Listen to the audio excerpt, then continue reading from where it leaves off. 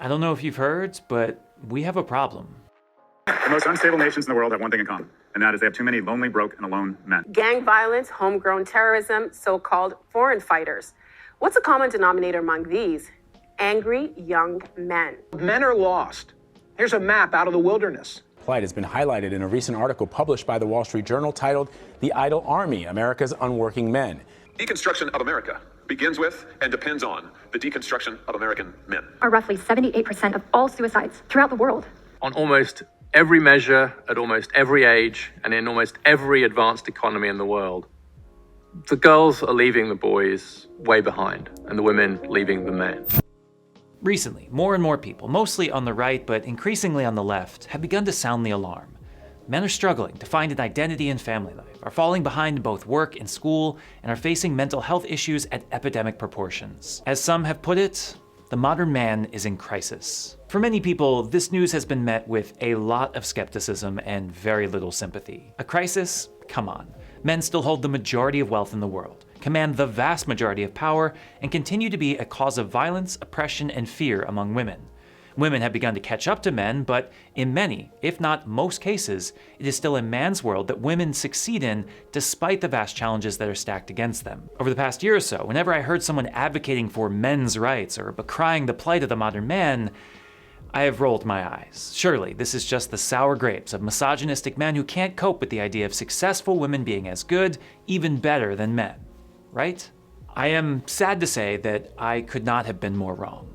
We really do have a problem, and many men really are in trouble. What I'd like to do is three things. First, explain what the issue is. What are the challenges men are facing in family, career, and mental health? And how are these things having a disastrous effect on the naturally fragile identity of masculinity? Second, I want to warn about the ways that people on both the right and the left are incorrectly responding to this crisis, making the situation worse with short-sighted solutions, and in some cases, even exploiting men for their own agendas. And finally, as a Catholic priest, I'd like to offer a few suggestions on what we can do, as a church, to form boys into healthy, grounded men, and to help those men who are already struggling. Part 1. The crisis. Let's start with the problem where we see three major areas of concern: family identity, success in school and work, and mental health. For years, really millennia, up until recently, men and women played complementary roles in the household. Women were the caretakers while men were the providers. Each contributed to the raising of children in their own way, and each had a purpose. Anthropologists have argued that it was this arrangement, in fact, thousands of years ago, that gave men a reason to remain connected to families in the first place, protecting mothers against danger and providing food, ultimately forming families. Fast forward to about 50 years ago, and this began to change rapidly. Women started to enter the workforce in significant number, not because they had to, but because they wanted to. For feminists, financial independence from men allowed women to be in a marriage because they wanted to, not because they needed to, giving them the freedom to flee from abuse and violence should it arise. This is necessarily a good thing. But as women entered the workforce and gained financial independence, men did not make the corresponding shift towards family responsibilities. Some women went from being caretakers to being caretakers and breadwinners, while some men went from being breadwinners to nothing at all. The man's identity, for better or for worse, was to provide for the family. When he didn't need to do that anymore, and he didn't adapt to doing something else, many men were left feeling useless and without a place. This is especially the case today, as women are close to outpacing men in almost every professional way. In school, girls consistently get better grades, score higher on standardized tests, and are accepted to and graduate from college at a higher rate. This is not a minor blip or an occasional situation. Schools across the country have admitted to using affirmative action, not for women, but for men, in order to fill enrollment more equally. Most notable universities, schools like Harvard, Stanford, Brown, Duke, UNC Chapel Hill, and University of Virginia are all majority women, with most state schools approaching 60%. In the workforce, men continue to dominate at the very top, but for the average worker, women are taking over. Since the 1970s, all of the wealth gained by middle and working class families have come from women. Men's wages have remained stagnant or even fallen with inflation. A big problem is the nature of traditionally gendered work.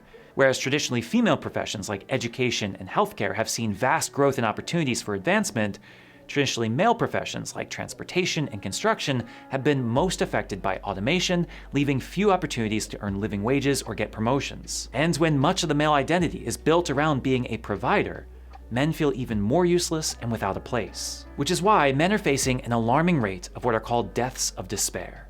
suicides, drug overdoses, and alcohol-related illnesses, dying at a rate nearly 3 times that of women. In a period of just 11 years, from 2010 to 2021, the gap between the average life expectancy of women versus men grew an entire year, in large part because the expected life of men dropped by 3 years. Across the board, men are reporting increasing levels of loneliness, depression, dislocation, worthlessness, and cultural redundancy, leading to self-medication, anger, violence, and sometimes even complete withdrawal from society. While the ultimate cause for each of these problems is complicated and up for debate, there is no question that the life of the average male today is worse than it was 50, even 10 years ago, with serious ramifications on the family, workforce, and general society.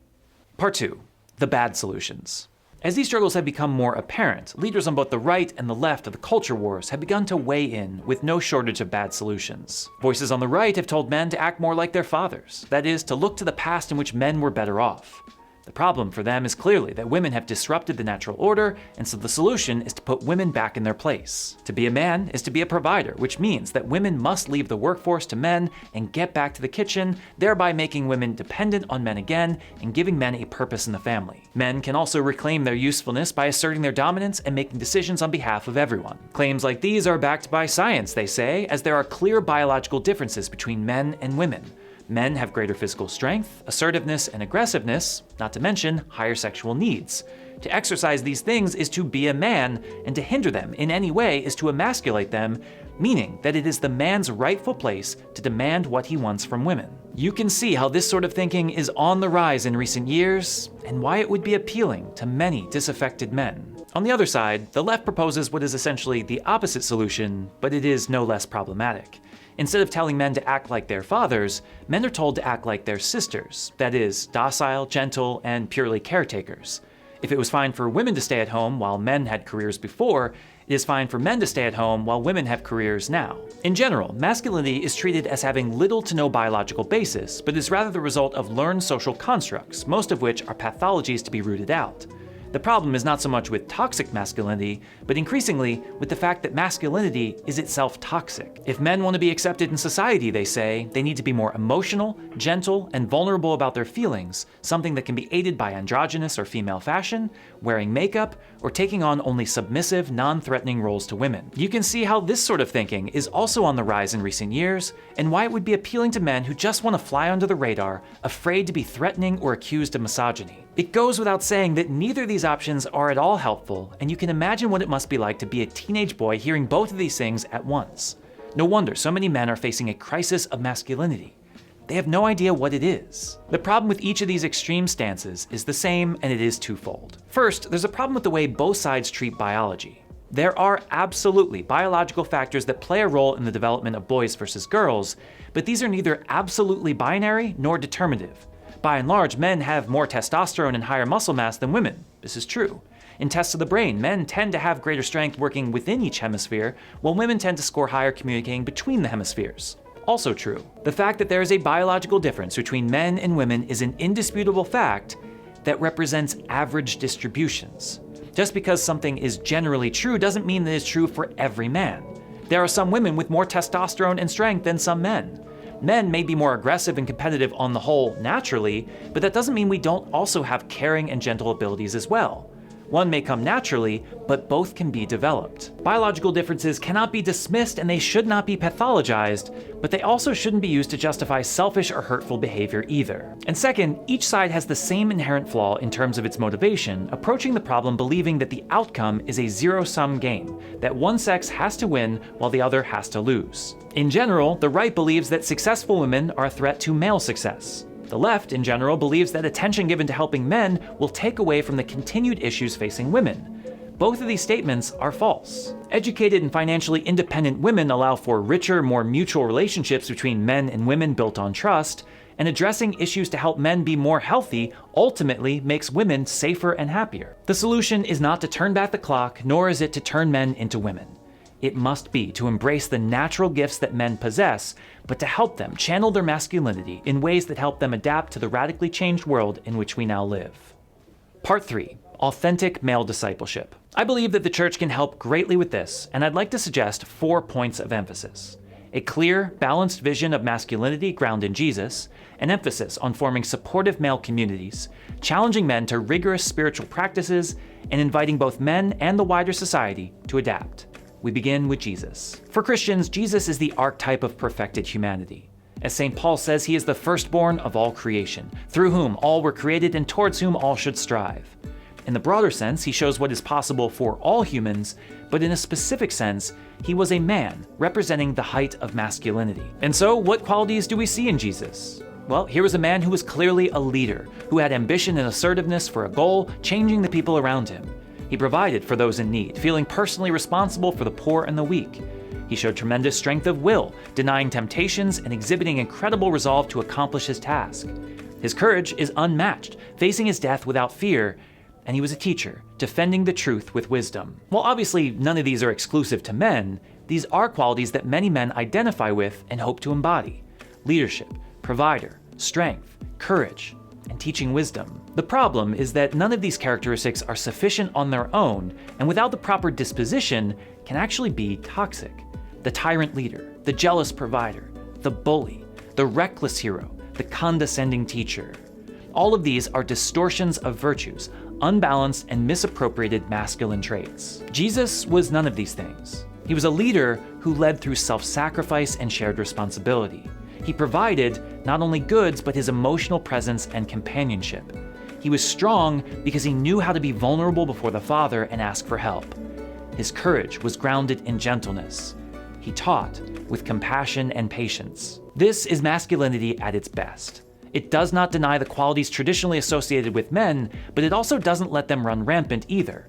It grounds them in truth, in love, in purpose, putting these gifts at the service of others. This is a vision of manliness that we need to promote clearly and emphatically. To foster this, I recommend that we promote more opportunities for men to come together. In healthy environments, sure, but given how lonely and disconnected some men feel, I'll support anything that gets them together to talk. This can be as lowbrow as a casual game of poker on a weekly basis or watching sports together, to more productive activities like volunteer work and maintenance, to formative experiences like Bible studies or faith-sharing groups. While it seems that most people have struggled with the loss of third places outside of work and home, men, who are by and large less social than women, have been hit the hardest. Far too many men do not have a single friend to talk to or to spend regular time with. Anything that brings men together can be a good thing, and churches can be the ones to provide it. I'm talking about hosting formal events specifically geared towards men, but I'm also talking about just sending out an all-call for men to come together to paint the parish hall, organize the clothes drive, or serve a meal at some other group's event. Let's be honest, men like to be put to work. Just ask and you are going to bring us together. It's no wonder then that the Knights of Columbus have become such a meaningful part of life for so many Catholic men.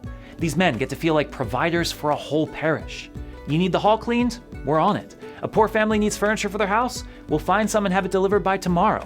There's a big youth group meeting Sunday? We'll cook spaghetti for 100. I haven't met every Knight of Columbus, but I can tell you I have never met one who is struggling with his identity as a man or felt useless. This is because they have a community, and because that community challenges them to work for others. Which leads nicely into the third point, which is that spirituality will become more relevant to men if it is posed as a challenge. Think about how religious life is often described. You're supposed to be kind to everyone, share your emotions, admit your mistakes, and remain silent and well-behaved. While all of this is true and ultimately beneficial, it doesn't exactly play to the natural strengths or interests of most men, and it doesn't tell the whole story. The reality, of course, is that religion is extremely difficult. It takes a strong will, serious discipline, courage to face fears, and heroic acts of sacrifice. True religion looks to the world and seeks to provide for everyone in need, offering strength to the weak. It is a challenge not meant for the faint of heart. It's no wonder then that programs like Exodus 90 have become so popular.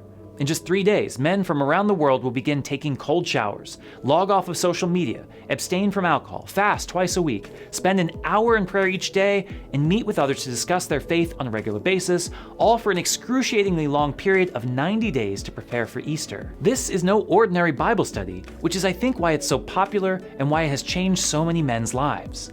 It challenges them to be more. I think we need more of this. We need preaching that speaks about sin in no uncertain terms, that draws a line in the sand and challenges, no, dares men to stay on the narrow way. Clear boundaries, bold invitations, practical steps that tap into our competitive natures, our desire to show our strength, and to live heroic lives. Having a goal to accomplish, a task to complete, gives us purpose and keeps us focused. I strongly believe that men will rise to the occasion when asked. The problem is that most churches don't make the ask, which leads me to the biggest challenge of all, both for men and for the wider culture around us.